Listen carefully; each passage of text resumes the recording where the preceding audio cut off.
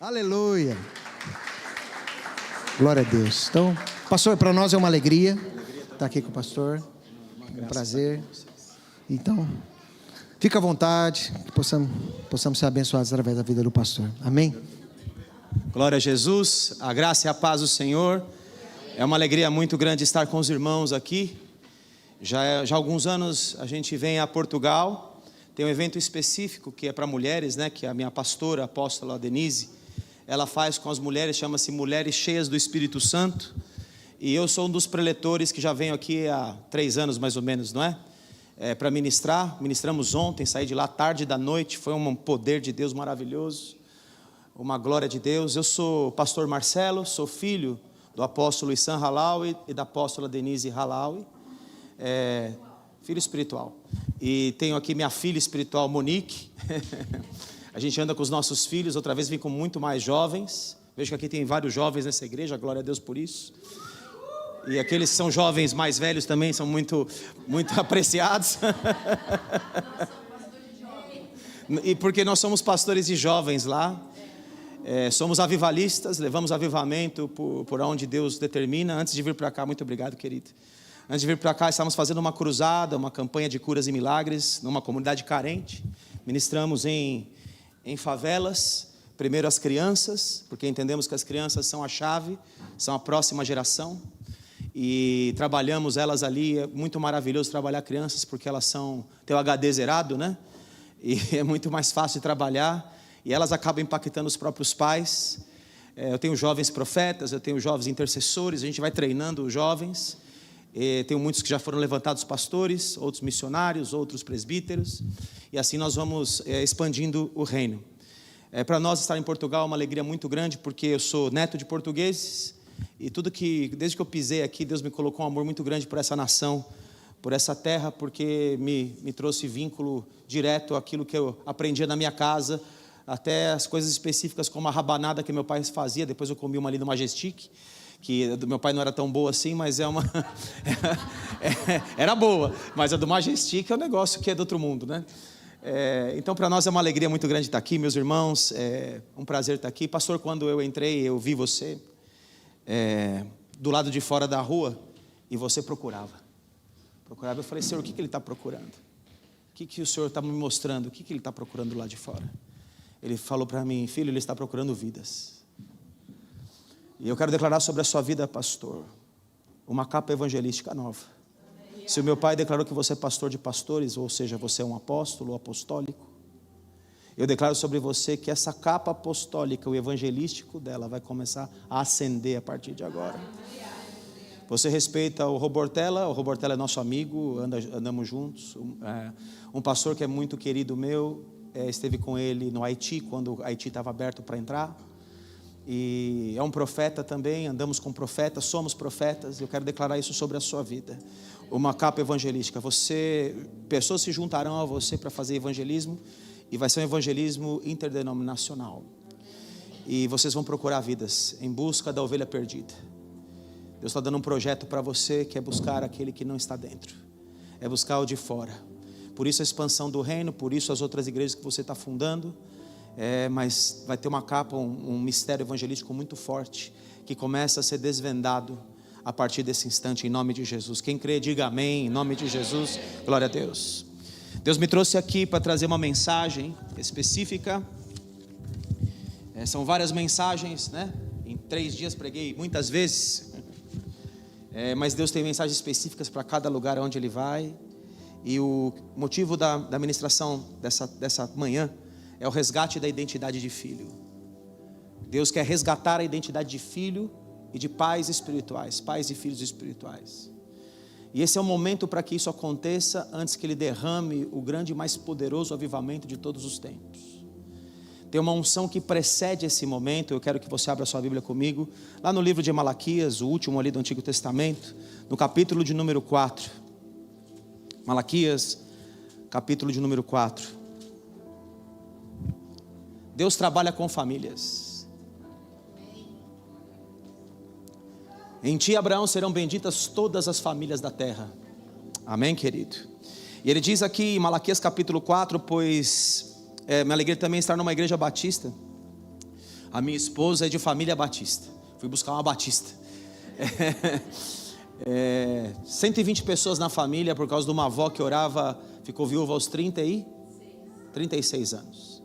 Nunca mais se casou e vivia a vida para orar. Quando a minha esposa teve o privilégio de ter essa mulher na casa dela, e essa mulher, quando minha esposa saía para a escola, às 6 horas da manhã ela já estava de joelhos no chão orando, e quando ela voltava meio-dia ela continuava de joelho na mesma posição orando. O resultado são 120 pessoas convertidas, nenhum da família desviado, todos pertencem ao Senhor, isso é resultado. E eu peguei uma princesa, que é uma ministra de louvor, é uma pastora, essa minha esposa que está aqui, glória a Deus. Meu filho está aqui, o Noah, o temporão. Nós temos uma menina de 14 anos, uma adolescente, temos uma menina de 9, e de repente veio o Noah, graças a Deus, para completar. Eu tinha promessa de 3 filhos, e eis que chegou o último aí, eu já achava que era um filho espiritual o último, e veio o Noah, glória a Deus por isso. Pois eis que vem o dia e arde como fornalha todos os soberbos, e todos os que cometem perversidade serão como restolho. O dia que vem os abrasará, diz o Senhor dos exércitos, de sorte que não lhes deixará nem raiz nem ramo. Mas para vós outros, está falando do dia do Senhor, o dia do julgamento de Deus sobre essa terra, mas para vós outros que temeis o meu nome, ou seja, para nós, igreja do Senhor, nascerá Jesus, o sol da justiça, trazendo salvação nas suas asas. Saireis e saltareis como bezerros soltos da estrebaria. Essas asas aqui são as orlas do manto. Se você olhar no original, são as orlas do manto. Por isso as pessoas tocavam nas orlas do manto de Jesus e eram curadas, glória a Deus. Pisareis os perversos, porque se farão cinzas debaixo das plantas dos vossos pés, naquele dia que prepararei, diz o Senhor dos exércitos. Lembrai-vos da lei de Moisés, meu servo, o qual lhe prescrevi em Horebe para todo Israel, a saber, estatutos e juízos. Eis que vos enviarei, futuro, o profeta Elias, antes que venha o grande e terrível último dia, o dia do Senhor. Ele converterá esta unção de Elias. Note uma coisa, em Mateus 17, no Monte da Transfiguração, quando Jesus desce do monte, eles falam assim, mas não é necessário que Elias venha primeiro? Jesus diz, Elias já veio e fizeram com ele tudo o que quiseram, mas Elias virá. E eles entenderam que Jesus falava a respeito de João Batista, que estava carregando a unção de Elias. A unção de Elias repousou em João Batista, mas a unção de Elias até os últimos dias ela virá. Tanto que as 2 testemunhas de Apocalipse capítulo 11, elas manifestam tanto a unção de Moisés, quanto a unção de Elias, de abrir o céu, de fechar o céu, por 3 anos e meio, 1260 dias, 42 meses, elas vão ordenar, o céu vai se fechar como Elias ordenou, e o céu se fechou. Não vai ter chuva, elas vão ter esse poder, vão andar nessa dimensão de unção. Portanto, o que ele está dizendo aqui é que antes que venha o dia do Senhor, o último dia, do que o Senhor Jesus falou, do que os profetas falaram, ele converterá o coração, essa unção de Elias que vem nos últimos dias, porque Elias virá, ela vem para converter o coração dos pais aos filhos, e o coração dos filhos aos seus pais, para que eu não venha e fira a terra com maldição. Ela está ligada à herança. A herança física, ela aponta para uma herança espiritual. As coisas no reino do Espírito também são passadas de pais espirituais para filhos espirituais. E nós vemos hoje, vivemos hoje, nos dias de hoje, uma crise de identidade de filho muito grande. As pessoas crescem por aí, elas não sabem o seu gênero, não sabem quem são, não sabem para que vieram, não sabem para onde vão. Elas perdem muito facilmente a identidade. Vemos uma geração assim, onde os pais são distantes dos filhos, os pais não entendem a linguagem dos filhos, os filhos não entendem também a linguagem dos pais, as coisas estão desconectadas. Mas eu quero declarar, queridos, que há uma unção que será derramada, essa unção de Elias, que converterá o coração do pai ao filho ao pai, e a herança será transmitida. A terra não será ferida com maldição, mas a terra será abençoada, porque o herdeiro é aquele que recebe a herança dos pais. Posso ouvir um amém aqui, queridos? Tanto que o primogênito nas escrituras, ele recebia a porção dobrada da herança, ele recebia a porção dobrada do que estava sobre os pais. E a Bíblia nos chama da igreja dos primogênitos. Em Hebreus capítulo 12, nós somos a igreja dos primogênitos. Posso ouvir um amém? Que receberemos porção dobrada do Espírito. Quando o Senhor Jesus morre, Ele nos deixa uma herança muito preciosa. Ele disse, se eu não for, o Espírito Santo não virá, mas se eu for, eu o enviarei.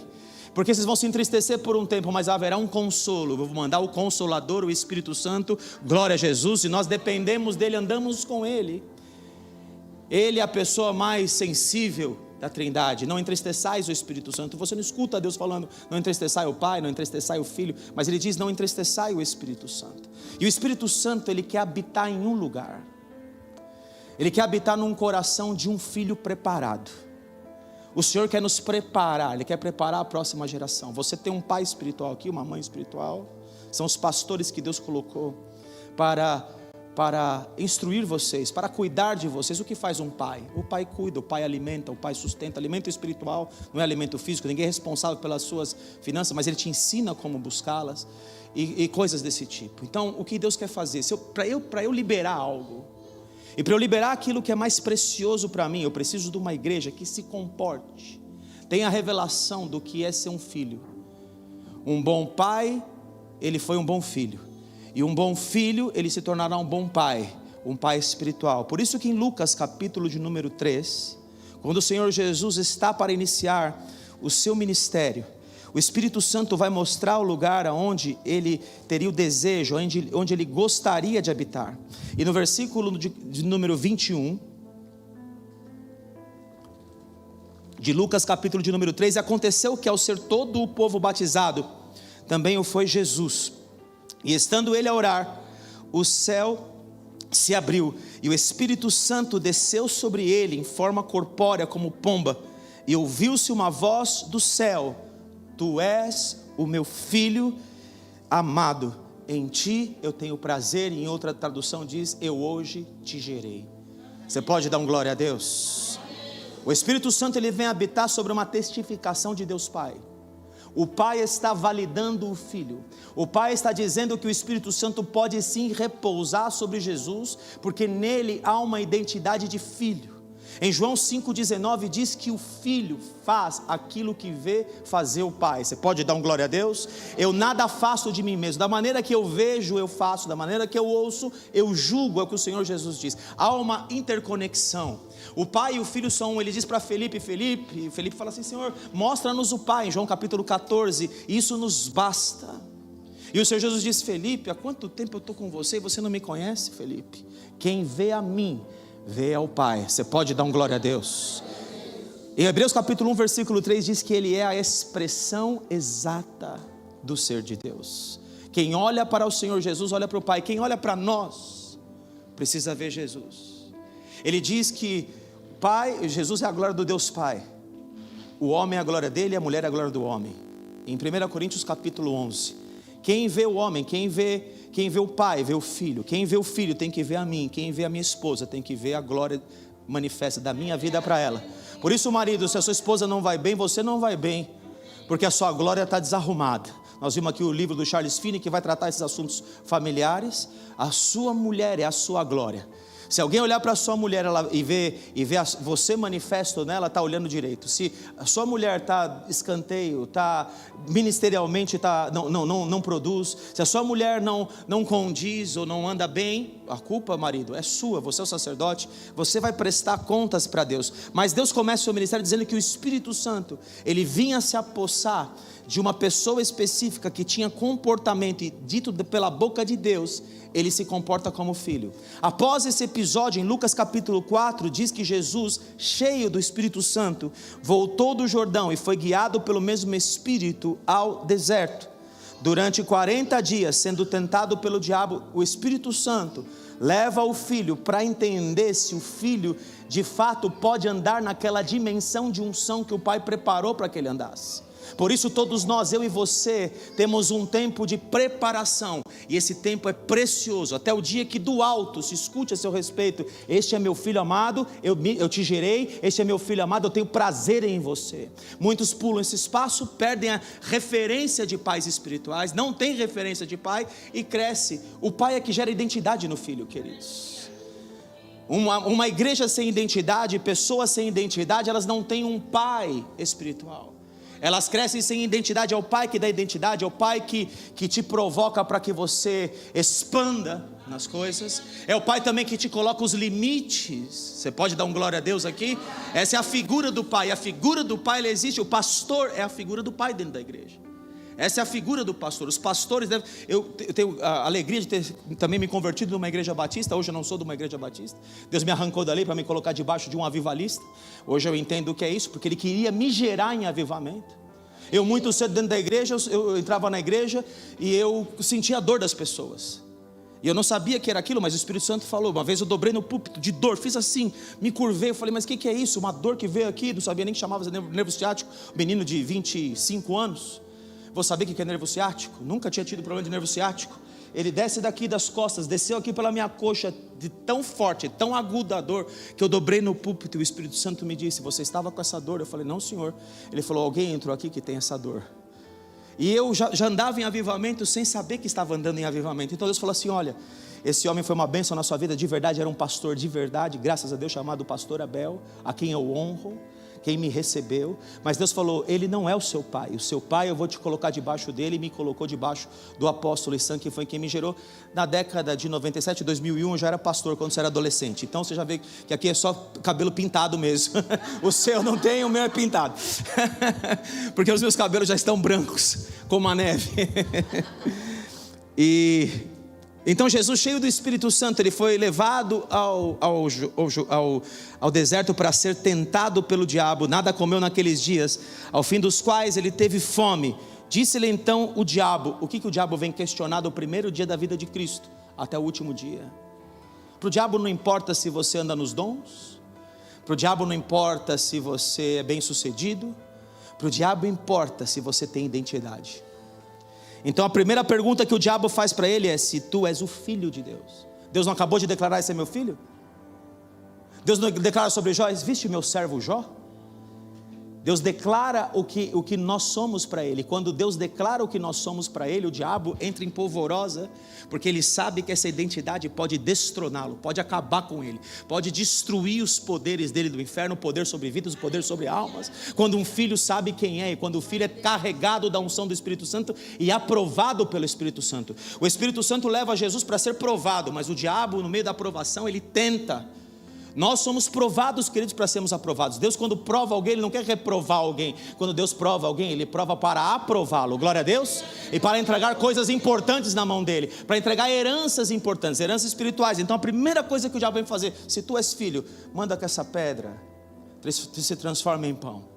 Se você é poderoso, se você tem identidade de Deus, mas aqui ele está com a identidade de filho, ele abriu mão de toda a sua glória para andar no poder que eu e você podemos andar, que é o poder do Espírito Santo, amém, queridos? E ele está sendo testado nessa identidade de filho. Ele fala, não só de pão viverá o homem, mas de toda palavra, todo rema, toda palavra revelada que procede da boca de Deus, oh glória.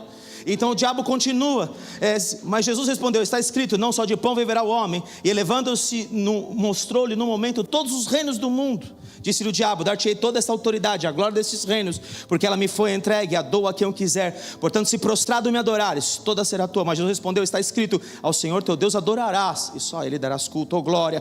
Então o levou a Jerusalém, colocou sobre o pináculo do templo. De novo, se és filho de Deus, atira-te daqui para baixo, porque está escrito, aos seus anjos ordenará a teu respeito que te guardem, e eles te sustentarão nas suas mãos, para não tropeçares em alguma pedra. Respondeu Jesus, dito estás, não tentarás o Senhor teu Deus. Passadas que foram todas as tentações de toda sorte, apartou-se dele o diabo até momento oportuno.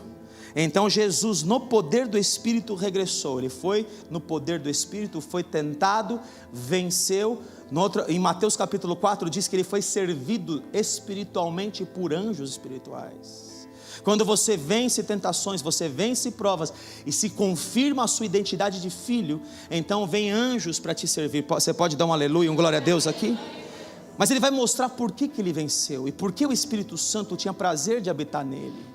Logo que ele sai desse cenário, ele vai dizer uma frase, abre aí em profeta Isaías, e quando ele abre em Isaías, no capítulo 61, ele vai dizer, tudo que o diabo fez para ele foi, se você é o filho de Deus, coma, usufrua para você mesmo do pão.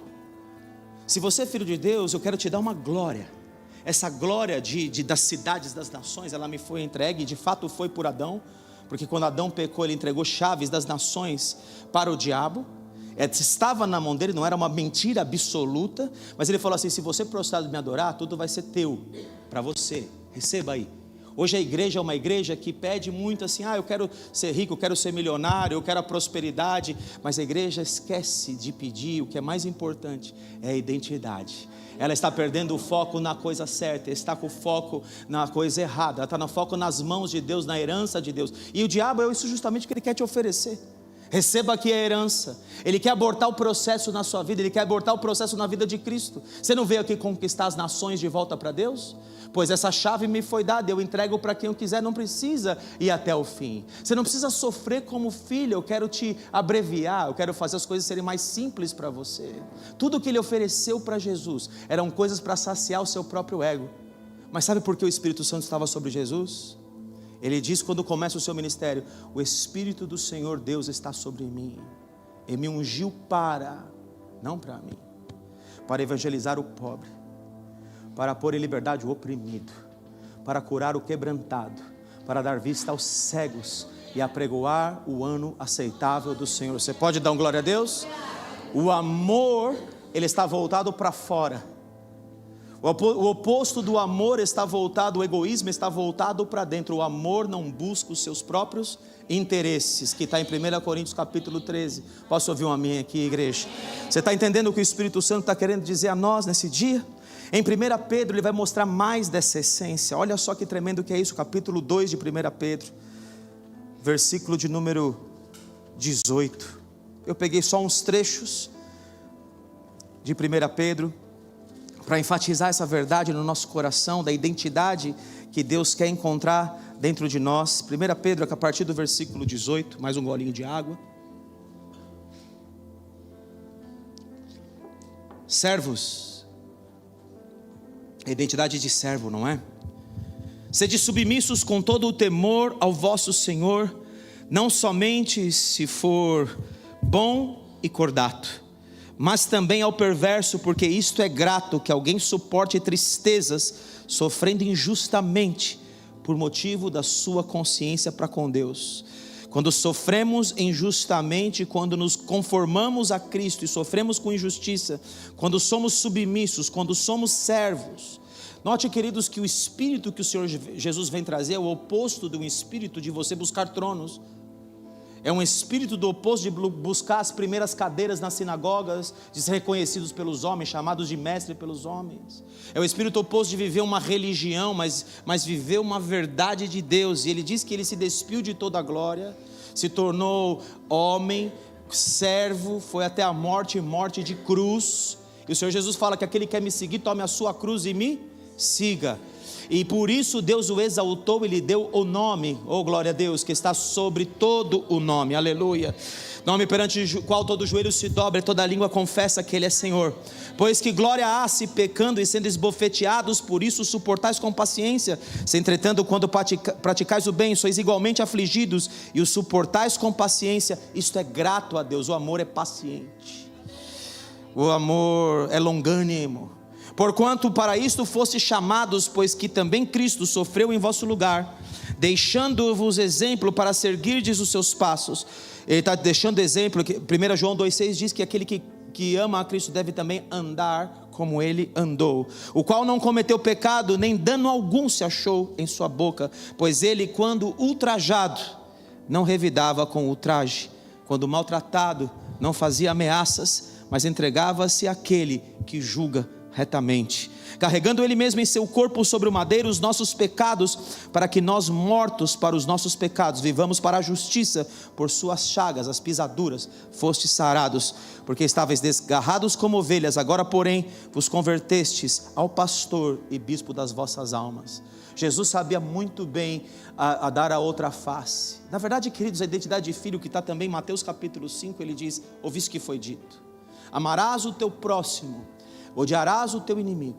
Eu porém vos digo, amai os vossos inimigos, orai por aqueles que vos perseguem, para que, propósito, vos torneis filhos do vosso Pai.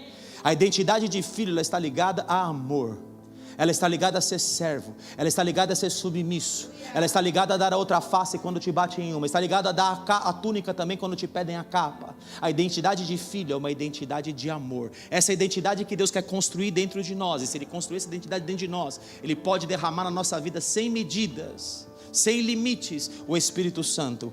Posso ouvir um amém aqui? Para andar nesse avivamento, queridos, diz que as duas testemunhas, Apocalipse 11, não precisa abrir, no versículo 3, diz que essas duas testemunhas, Moisés, no final da sua trajetória, falhou.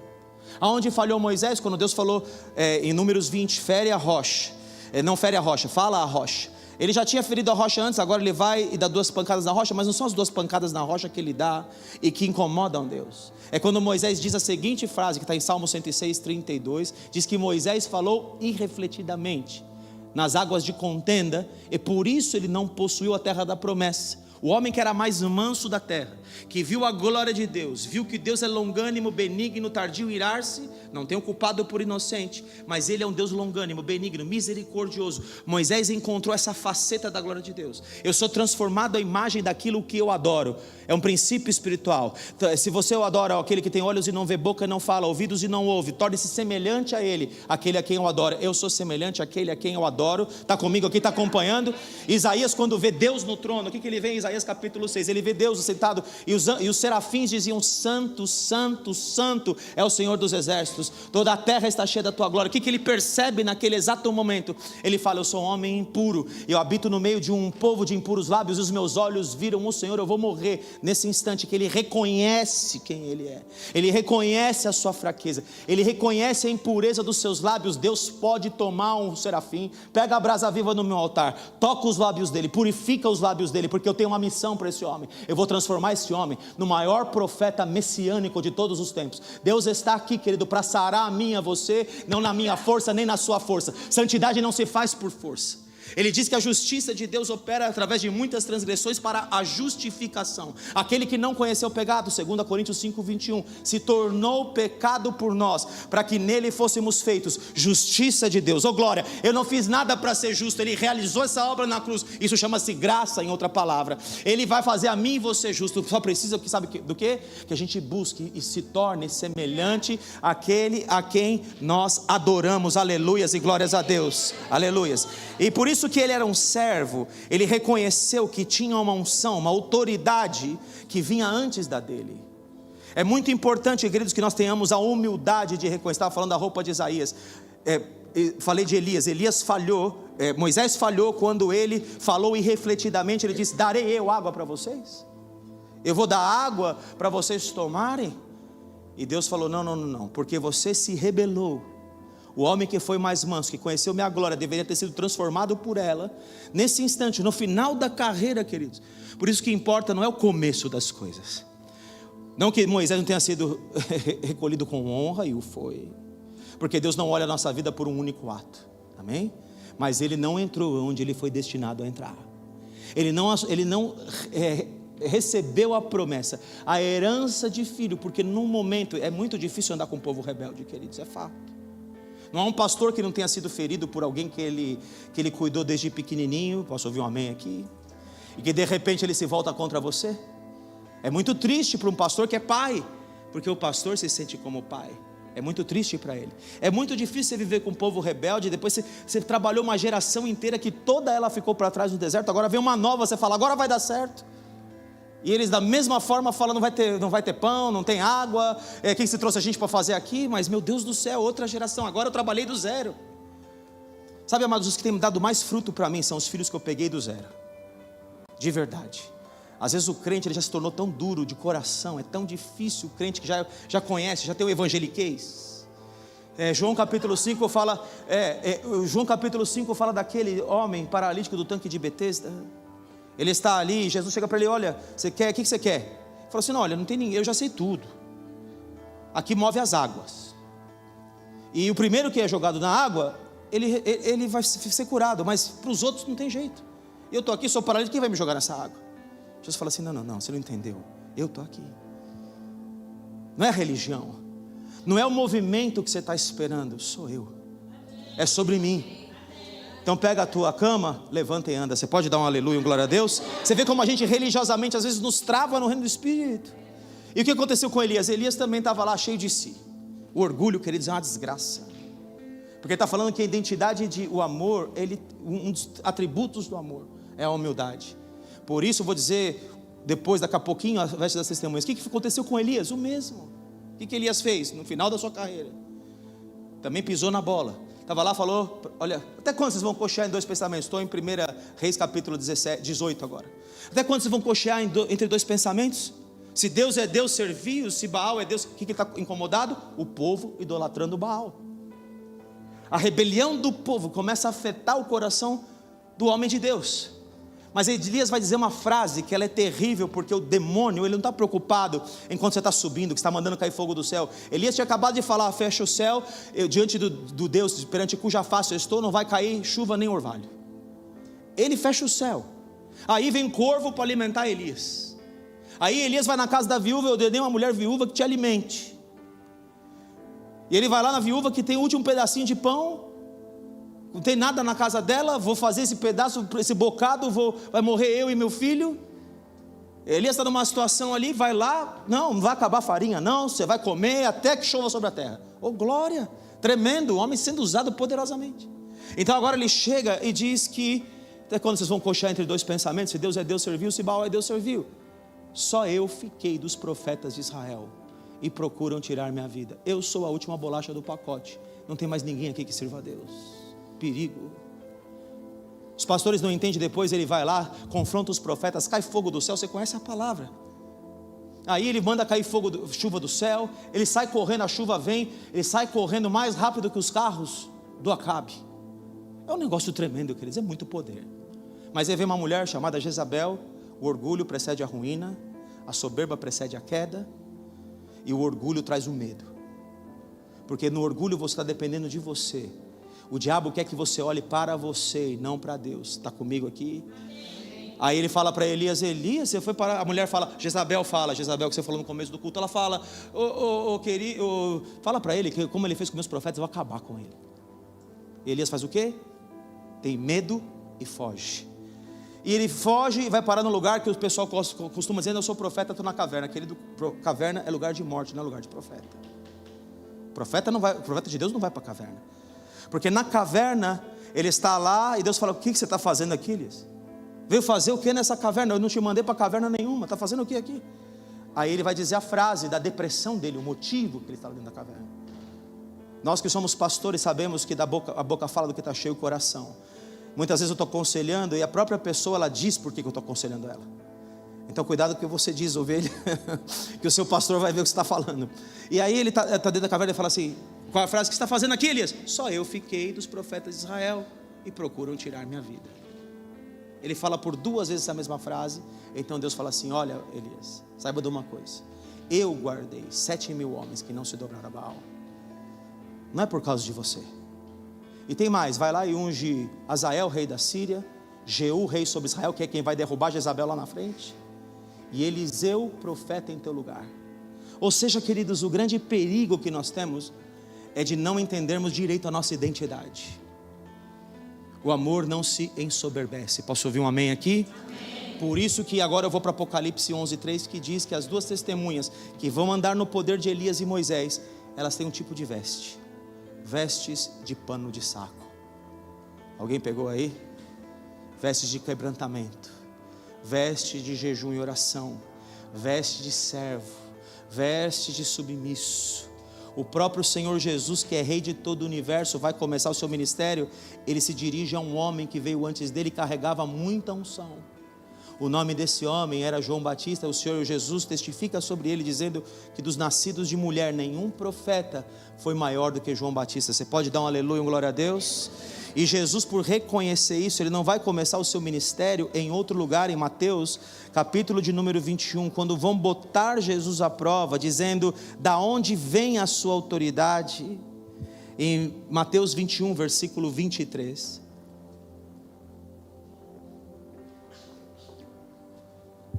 Ele diz assim, tendo Jesus chegado ao templo, estando já ensinando, acercaram-se dele os principais sacerdotes e os anciãos do povo, perguntando, com que autoridade faz essas coisas e quem te deu esta autoridade? Está perguntando sobre o que? Sobre a autoridade. Está perguntando sobre o que? Sobre a identidade. Você anda nesse mover, nesse poder, quem te deu essa autoridade? E Jesus lhe respondeu, eu também vos farei uma pergunta, se você me responder, também eu vos direi, com que autoridade faço essas coisas? De onde era o batismo de João? Do céu ou dos homens?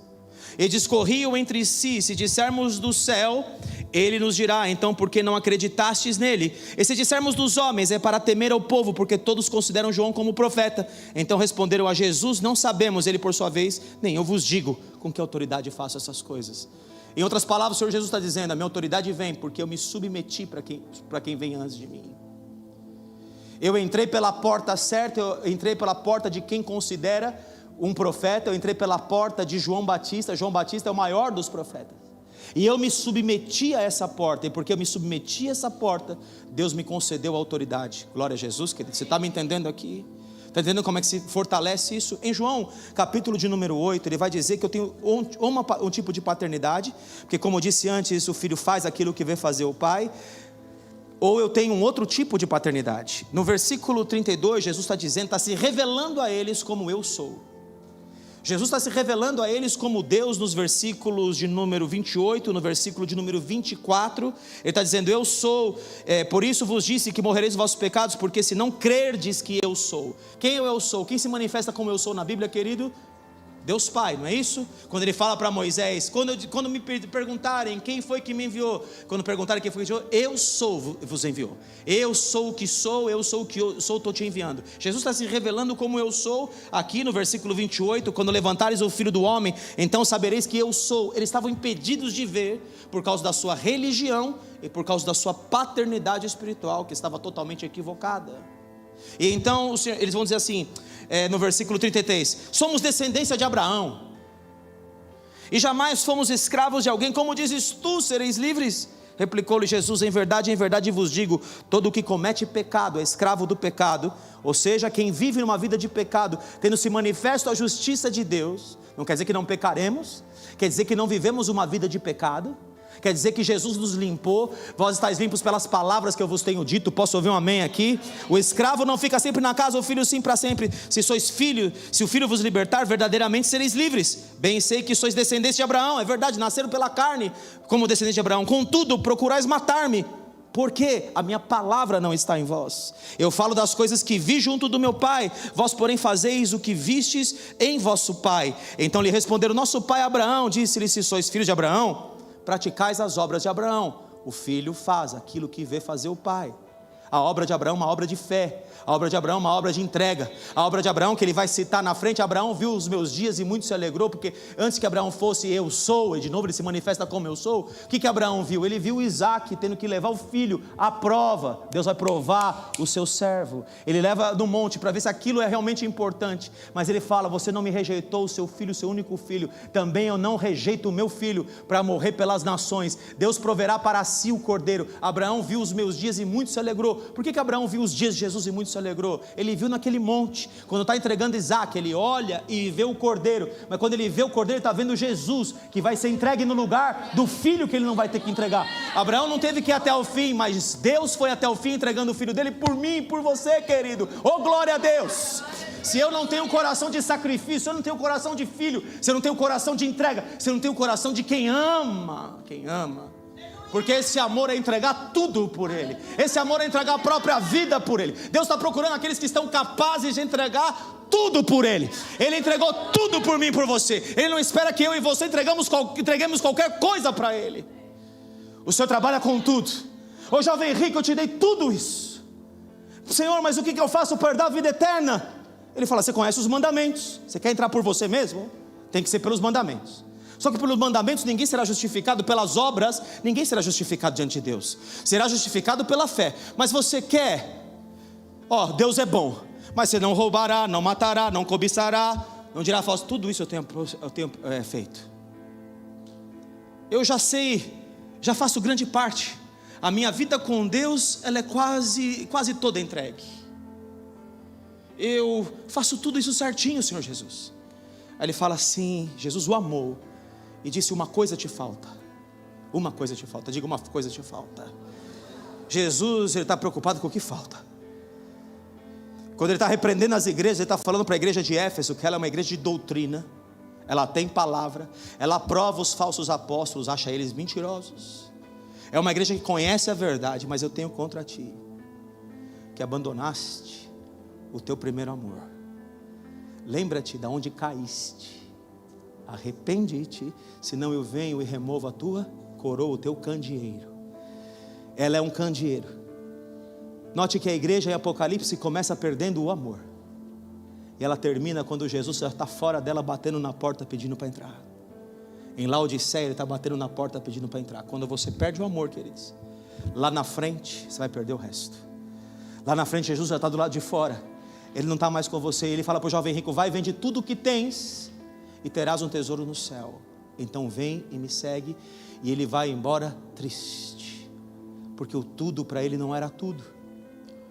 A igreja hoje, ela está muito acostumada com as bênçãos de Deus, mas ela não está disposta a entregar tudo. Eu quero declarar que nesse lugar, Deus não me dá palavra à toa. Ele está encontrando pessoas nesse lugar que querem entregar tudo. Tudo por Ele. Querem amá-lo na integridade total. São apaixonados por Ele. Eu vi que há alegria nessa casa, há um louvor espontâneo. Eu senti a presença de Deus aqui. Eu glorifico a Deus por isso, porque o louvor demonstra muito de quem nós somos. Nós somos semelhantes àquele a quem nós adoramos. Continue adorando nessa intensidade, nessa alegria, que ela contagie não só esse lugar, mas se expanda para fora. Que aquilo que vocês vivem de Cristo fale muito mais alto. Que a identidade de filho que vocês têm possa atrair a presença do Espírito Santo, os sinais, as maravilhas, onde se manifestava olhos correndo das mãos. As pessoas são curadas. Na última cruzada que fizemos, 2 cegos viram, todos foram curados. Já vimos um paralítico andar, surdo ouvir. Queridos, nós temos visto a glória de Deus se manifestar, porque o Espírito Santo tem prazer de habitar nos filhos e glorificar através das nossas filhas, das vidas, o nome do Filho. O nome dele é Jesus Cristo. A Ele seja a honra, a glória, o louvor, o poder e o domínio. Aleluia, aleluia. E os discípulos então entendem então quão dificilmente um homem vai ser salvo. Em Mateus 19 ainda, do jovem rico, aí ele diz assim: e nós, Pedro, sempre ousado, uma graça de homem, um homem intenso. Eu gosto da intensidade de Pedro. É ruim e bom para ele ao mesmo tempo. Ele tem que ser equilibrado, como todos intensos tem que ser equilibrado, como esse que vos fala. Todo aquele que é muito intenso precisa ser muito equilibrado. Mas aí ele fala: e nós que tudo deixamos, te seguimos. Aí ele fala: vocês vão ter aqui nessa vida, quem deixou pai, mãe, filhos, bens, casas, por amor a mim, vai receber aqui 100 vezes mais. Mas no porvir é a melhor promessa. Vocês vão se sentar em 12 tronos e vão julgar as 12 tribos de Israel. Os que entregam tudo recebem coisas inimagináveis. O nosso tesouro, queridos, não está aqui nessa terra. Eu sei muito bem onde está meu tesouro. Davi dava 7 passos e sacrificava porque era um adorador. Esse que vos fala é um adorador. O sacrifício de ontem não vale para hoje. 7 passos, um sacrifício. Mais 7 passos, outro sacrifício. Você pode dar aleluia, glória a Deus aqui? Está entendendo a nossa identidade? Identidade de filhos. Tem filho aqui? Oh glória, aleluia. E ele diz, vocês, então versículo 39 falou: se sois filhos de Abraão, praticai as obras de Abraão, mas agora procurais matar-me a mim, que vos tenho falado a verdade que ouvi de Deus. Assim não procedeu Abraão. Vós fazeis as obras do vosso pai. Disseram-lhe: nós não somos bastardos, nós temos um pai, que é Deus. Replicou-lhe Jesus: se Deus fosse de fato o vosso pai, certamente me haveis de amar, porque eu vim de Deus e aqui estou, pois não vim de mim mesmo, mas Ele me enviou. Qual a razão porque não compreendeis a minha linguagem? É porque sois incapazes de ouvir a minha palavra. Vós sois do diabo, que é o vosso pai. Que duro esse discurso. E querem satisfazer os desejos, porque ele foi homicida e vocês querem me matar. Me matam com palavras. Sabe, querido, a igreja que mata é a igreja que Deus não está nela. A igreja crítica, a igreja que acusa, Deus não está nesse lugar. Deus ama, Deus quer levantar. Ele olha para um Gideão lá que está com medo, ele fala: homem corajoso. Ele chama Gideão de corajoso, porque Deus vai sempre olhar você por aquilo que você será. Deus está aqui curando corações, Ele está aqui curando vidas. Ele está olhando para você e falar: eu acredito em você, ainda dá certo. É só você querer se juntar na obra, aquilo que eu faço. Tem que me ver. O filho faz aquilo que vê o pai fazer. Você tem que ver o que o pai está fazendo, então vai ser perfeita a sua obra. Eu tinha mais coisas para falar, eu vou pular, só vou falar mais uma, em Mateus 16, o resto aqui eu vou pular e vou para o último versículo, tá bom? Vou ler mais 2 capítulos com você e acabamos, ok? Está comigo até aí? Aguentar mais 5 minutos ou 10? O pastor pede 5, ele sempre fala 15, tá bom? Mas eu vou ver se eu falo em 5 mesmo, tá bom? Mateus, eu não vou mentir para você, vai ser 15, tá bom? Mas eu vou tentar fazer em 5. Porque senão eu sou filho do diabo, e eu não sou filho do diabo. Deixa eu falar logo a verdade aqui. Vai ser muito difícil acabar em 5, tá bom? Mas aguenta aí, que eu vim do Brasil, vim aqui para servir você, glória a Deus.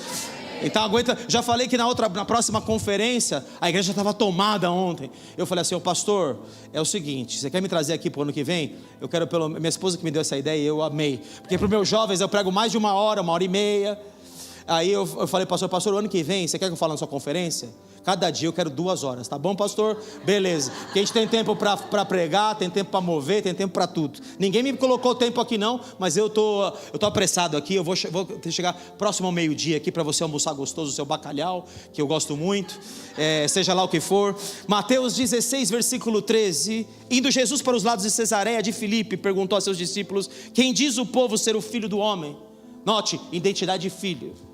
Eles responderam, uns dizem João Batista, não sabe o que estão falando, outros dizem Elias, também não entenderam direito, e outros Jeremias, também ficou água, errou a resposta, ou algum dos profetas, mas vós, continuou ele, quem dizeis que eu sou? Respondendo Simão Pedro disse, tu és o Cristo, o Filho do Deus vivo. Ah, querido, ele viu o Filho e a revelação do Filho, pela boca do Pai, leva ele a um lugar de autoridade em Deus. Você pode dar um glória a Deus? Quem tem revelação de filho tem revelação do Pai, porque quem vê a mim, Felipe, vê o Pai. Você pode dar um glória aqui? Então Jesus lhe afirmou, essa sua visão vai mudar o teu nome.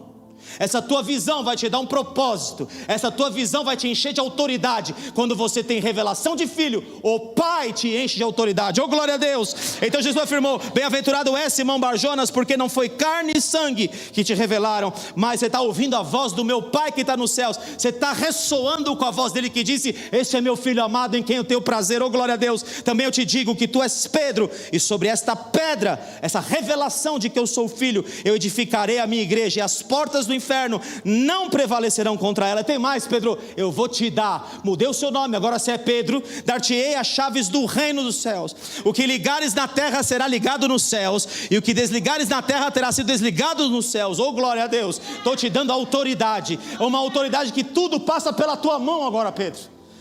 Quando Deus quer abrir a porta dos gentios para Paulo entrar, quem abre a porta em Cornélio é Pedro. Você pode dar um glória a Deus? A chave do reino estava na mão dele. Oh, glória! Por causa de uma revelação. Essa revelação que eu estou compartilhando com você nessa manhã, que é a revelação de ser filho. Ele entendeu o que é ser filho, e então ele recebe muita autoridade no reino do Espírito. E vou encerrar pulando alguns versículos aqui para 2 Reis, capítulo de número 2. 2 Reis, capítulo de número 2. Elias vacilou lá, Deus falou para ele, vai lá e unge Eliseu, profeta, em seu lugar. Unge Jeú, rei em Israel, mas unge Eliseu, profeta, no seu lugar. Ele vai te substituir. Ele lança a capa sobre ele, e agora ele vai caminhar. E no capítulo 2 diz que quando estava o Senhor para tomar Elias ao céu por um redemoinho, Elias partiu de Gilgal, do lugar do pacto. Todos nós começamos fazendo um pacto com Cristo. Gilgal é onde circuncida para herdar a terra da promessa. Em companhia de Eliseu, disse Elias a Eliseu, fica-te aqui, porque o Senhor me enviou a Betel. Ele está provando o filho. Deus leva Jesus para ser tentado pelo diabo. Agora Elias, o profeta, vai provar se ele é digno de receber a porção do Espírito que ele quer receber. Está comigo aqui? Então ele fala, fica aqui, não precisa mais me acompanhar. Eu sou seu pai, mas perde a referência. Você fica para trás, fica que nem os outros.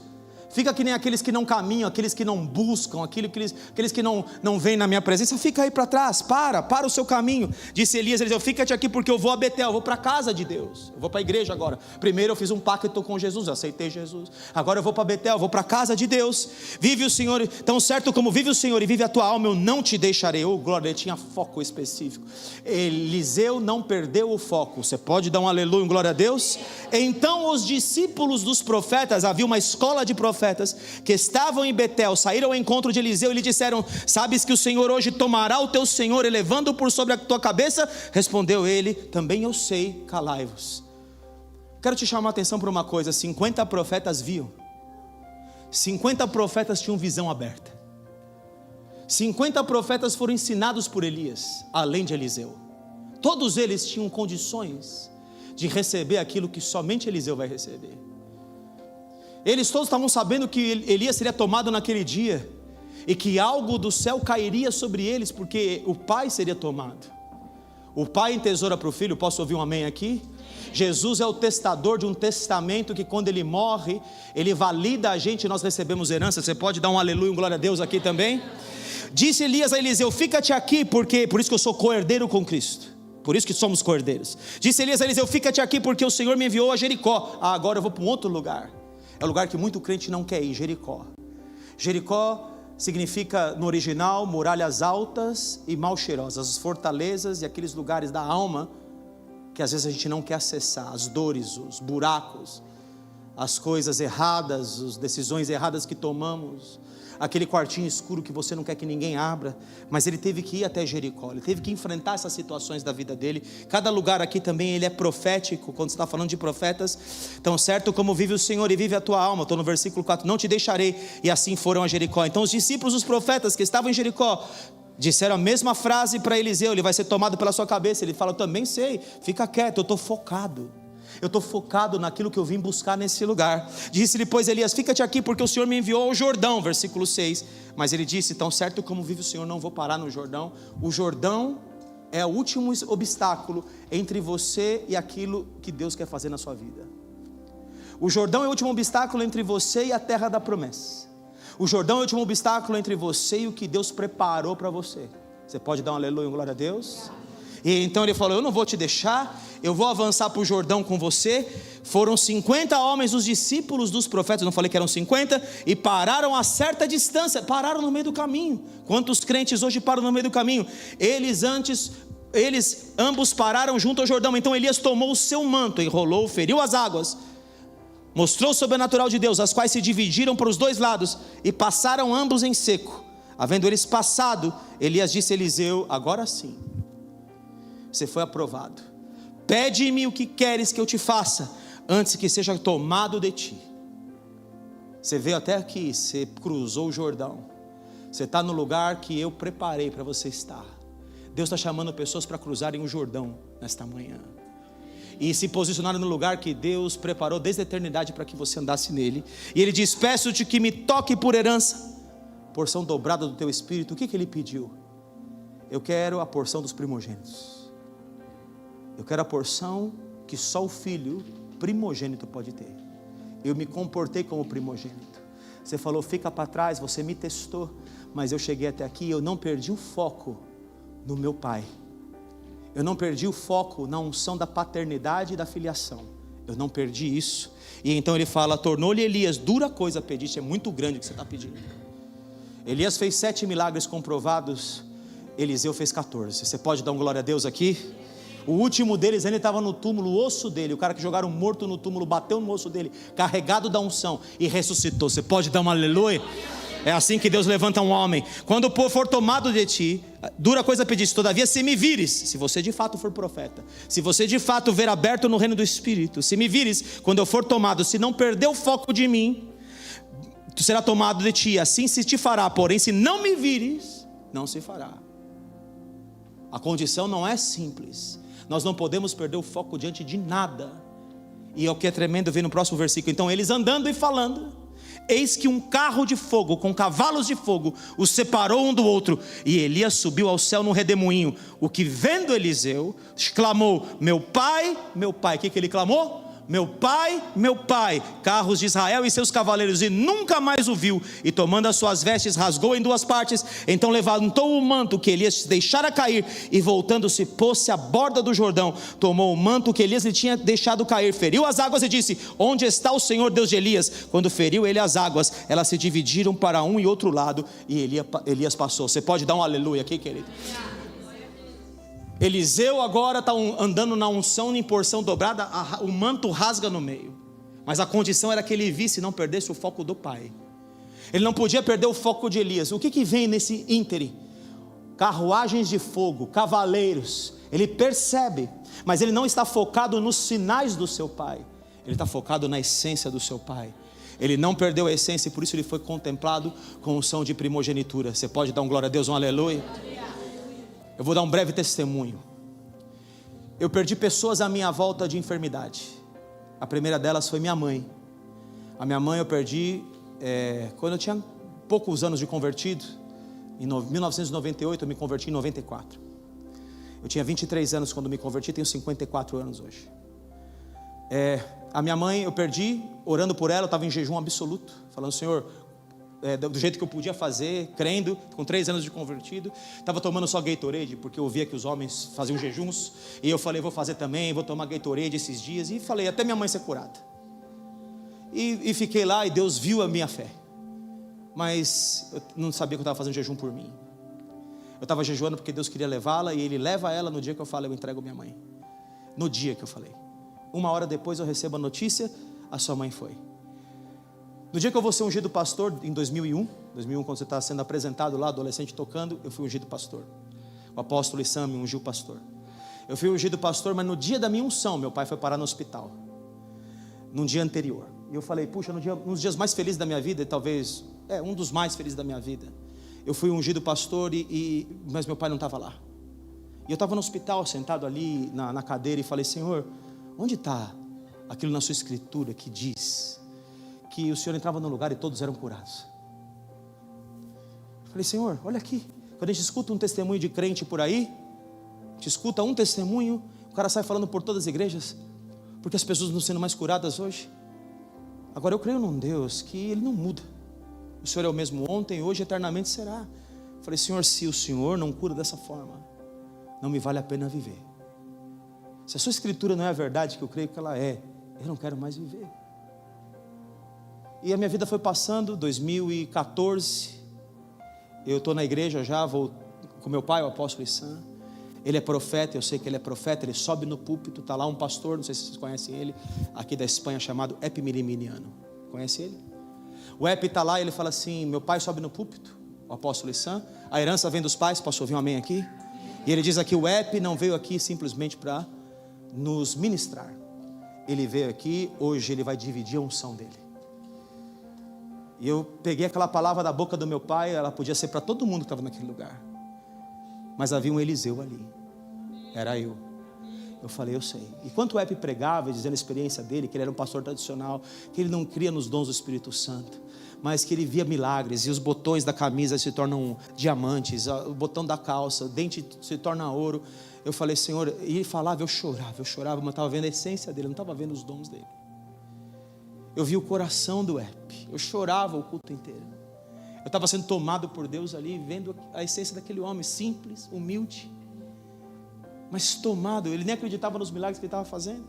Colocaram um morto no dia que ele foi tomado por Deus ali no púlpito, e falou: meu Deus do céu, o que eu vou fazer aqui? Ele começou aquela oração, ele falou aquela oração bem de tradicional: se um dia, Senhor, o Senhor quiser, lá no último dia. Aí Deus toma a boca dele: e eu te comando, levanta, morto. O morto levanta, metade da igreja sai correndo, a outra metade fica lá vendo o que está acontecendo, assustada. E ele contou com essa simplicidade. Eu amei a simplicidade, amei porque é simples. E aí ele falou: vem cá, pastores, agora vocês vão orar, as pessoas vão receber dente de ouro. E eu fui lá na unção dele, carregando a unção dele. Eu falei: mas Senhor, eu estava crendo na palavra do começo, se é comigo, e eu sei que é, na boca dessa mulher que eu vou orar, tem que ter dente de ouro. Aí eu fui, orei por ela, só que ela saiu e voltou, todo mundo voltou para os seus lugares. Aí ela vem no final do culto e fala: pastor, sempre que você ora por mim eu sou abençoada, mas eu não tinha dinheiro para fazer uma cirurgia. Olha o que Deus fez. E Deus deu dente de ouro para ela. E eu falei: queridas, não é você que é um sinal, e não sou eu que sou uma bênção na sua vida, é você que é uma bênção na minha.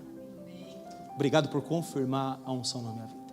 Aí eu fui com o pastor Alessandro Pontes, que era líder do evangelismo da igreja. Não sei se vocês conhecem ele, aqui, está aqui em Portugal. É uma bênção. Vou conectar você com ele. É um evangelista de mão cheia, faz trabalho ali em Guiné-Bissau, aqui em Portugal. Anda em muitas igrejas aqui. Ele é uma grande bênção. É um menino quebrantado do Espírito Santo, uma graça de Deus. E ele fala: vamos na favela, pastor, comigo? Pega seus jovens, vamos na favela. Eu falei: vamos embora. Fomos para a favela. Ele falou: só que hoje você prega, tá bom, pastor? Eu falei: tá bom, vamos lá pregar. Aí eu começo a pregar, tá, o traficante do morro aceita Jesus. As pessoas começam a aceitar Jesus. E um filho meu fez 2 mímicas. Uma mímica era, sabe o que é mímica? Todo mundo sabe o que é mímica? Ele faz uma mímica para crianças, infantil, pantomima, uma pantomima para crianças, e a outra pantomima dos enfermos. Um que andava assim que nem coxo, cego, tal. E aí eu falo assim: há 2 crianças, está cheio de crianças aqui. Aí Deus fala: por que você não crê? Eu falo: eu creio. Rodney, volta aqui, faz aquela das curas e milagres, porque eu recebi algo. E aí vieram, eu falei: quem está enfermo aqui? 4 pessoas vieram. Aí eu fui orar pela primeira, para incentivar o profeta. Eu oro, falei: está tudo bem? Não aconteceu nada. Falei: está ótimo, vamos para a segunda, quem sabe aqui fica mais fácil. Orei, foi curada. Terceira curada, quarta curada. Minha fé cresceu, voltei na primeira. Esses 3 foram curados, não lembro qual era a enfermidade, mas dessa aqui eu lembro muito bem. Voltei na primeira, estou lá orando por ela, junto com o pastor Alê, estou orando por ela. Eu falo: o Senhor curou esses 3. Eu pedi para Deus que todos fossem curados. Você crê que Deus vai ser curado? Ela só mexeu com a cabeça. Aí eu coloquei as mãos nela novamente, e ela começou a gritar. E ela gritava o seguinte: estou ouvindo. Eu estou ouvindo. Ela era surda. Você pode dar um aleluia, glória a Deus? Isso é transferência de unção. Hoje eu ando em lugares onde eu vejo câncer desse tamanho sumido das pessoas. Paralítico anda, cego vê. É maravilhoso de ver Jesus operando. Mas identidade de filho. É da boca do meu pai que veio. Eu não te desviando o olho da essência desse homem. Não os sinais que ele fazia. Não os botões transformando em diamante. Não. Eu estou olhando para a essência. Estou olhando para Jesus dentro dele. Amém, queridos? Se nós olharmos assim, Deus pode fazer qualquer coisa na nossa vida. Quantos de verdade querem essa posição do reino, que eu diria que é a maior delas e a melhor delas? Já pensou que o Deus de todo o universo chama você e a mim de filho?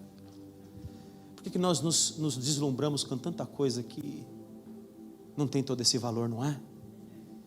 Aquilo que nós valorizamos, onde está o nosso tesouro, aí está o nosso coração, não é verdade? Quantos aqui de verdade querem entrega absoluta de tudo a Deus e viver como filhos de Deus? Levanta sua mão para Deus. Isso. Vou fazer uma oração por você, amém? Se entrou alguém enfermo aqui, vai sair curado, porque eu creio nele.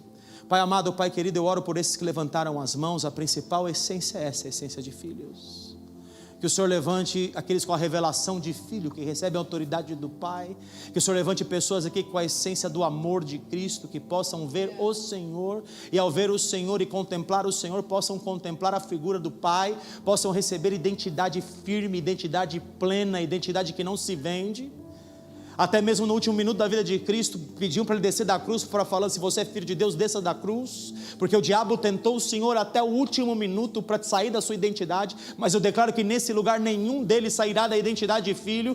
Eu chamo revelação de filho nesse lugar. Eu chamo pessoas que não poderão ser contidas no reino do Espírito, que recebem herança de filho.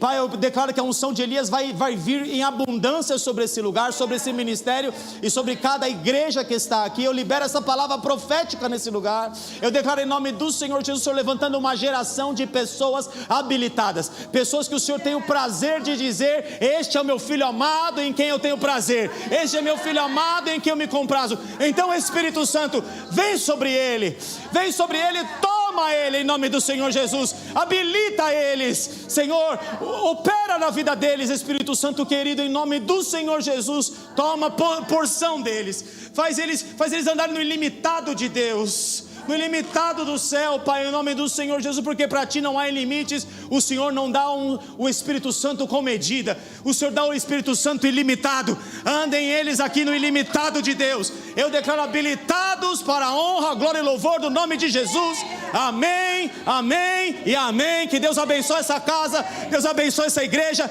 Deus abençoe os seus pastores, em nome do Senhor Jesus. Amém, glória a Deus, aleluia. Deus te bendiga, irmão, em nome de Jesus.